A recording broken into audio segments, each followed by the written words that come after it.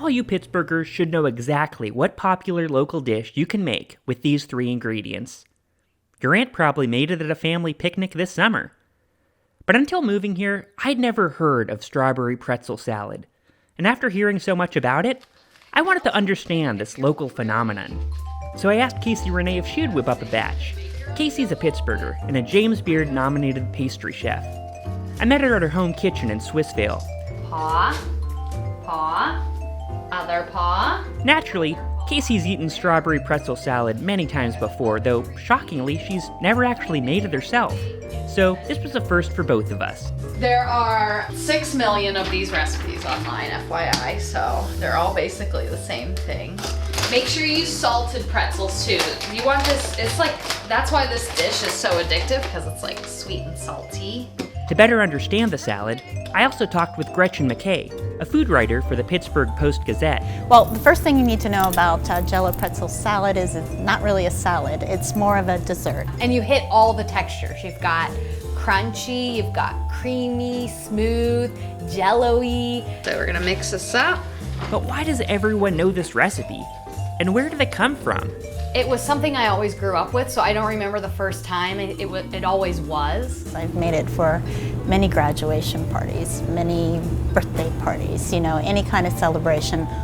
I would give them pretzels, but they're gluten-free. The dogs are? Yeah.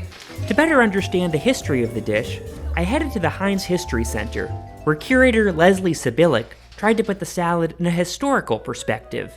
Gelatin itself, a very old ingredient. I mean, it goes all the way back to, the Napoleonic Wars. The French used gelatin as a protein source. And for many, many years, it was used to make these incredibly rich and very elaborate desserts. I would make something like that right now. Look at that. I have no idea. What is that, just chunks of Jell-O? And then you have this post-World War II baby boom craze for things like Jell-O and other packaged goods. They're really convenient. And I think it was one of the things that emerged out of that time period. You can also use, I've seen other recipes where you're using frozen strawberries, but they sometimes get mushy when you unfreeze them, so I would go fresh if you can.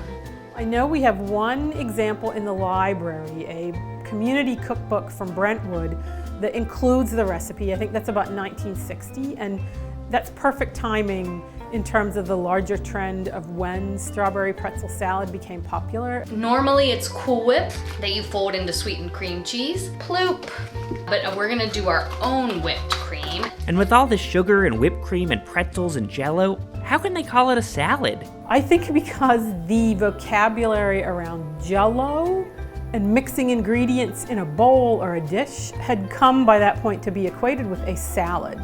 At one point in the 1930s, almost 80% of the salads that were in some popular cookbooks used gelatin in some form. Yeah, the shrimp and Jell-O is grossing me out. This one has ham and cheese. So how has this salad kept a regular spot at Pittsburgh picnics for well over 50 years? I think it stuck around because people liked it, and then it was passed from generation to generation. And it's just a great dessert because it's so easy to transport, so easy to serve because you can slice it. If you stop and think about it, I mean, you could easily do that recipe with blueberries or raspberries or things like that. I think we all know that Pittsburghers are creatures of habit. And if you do want to sort of dress it up with gourmet pretzels or with, strawberries you picked yourself.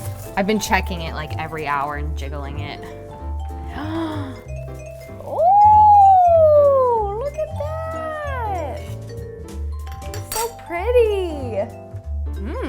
I got like a bite of herb in there. It was delicious.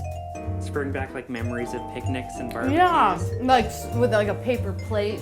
Yeah, I'll come play volleyball in a minute. Everybody deep down really loves the guaranteed good things, and this is always good. It's no matter which decade, it's always delicious.